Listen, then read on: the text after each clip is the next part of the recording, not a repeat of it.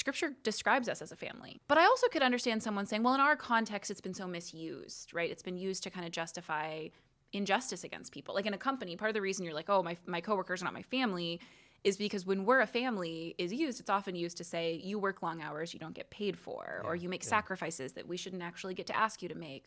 And I understand someone in the church saying, well, the same is often true of how we talk about family in the church, right? So we don't talk about abuse that's happened because we say we're a family and we take care of each other. Or, you know, we allow ourselves to be worked to the bone volunteering because we're a family, we take care of each other.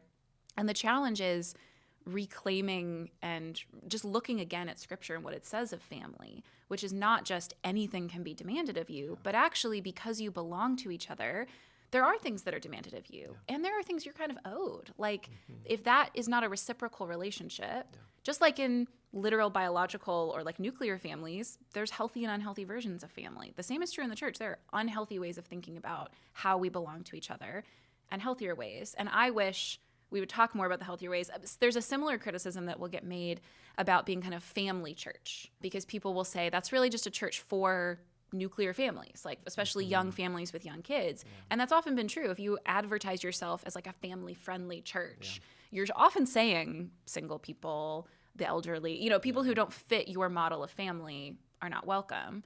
And I don't want, because that's been true, to discard the family language. I want to say let's use it how Scripture actually describes it, which is much richer and fuller than any of those things. I think it is also helpful to keep that in mind, because it should challenge us to get out of our consumeristic mindset and how we think about the church. Yeah, you will be annoyed or frustrated in your church at times, just like you're annoyed and frustrated with your families, but you don't just give up on your family at the first sign of that. You work together and try to overcome some of those challenges.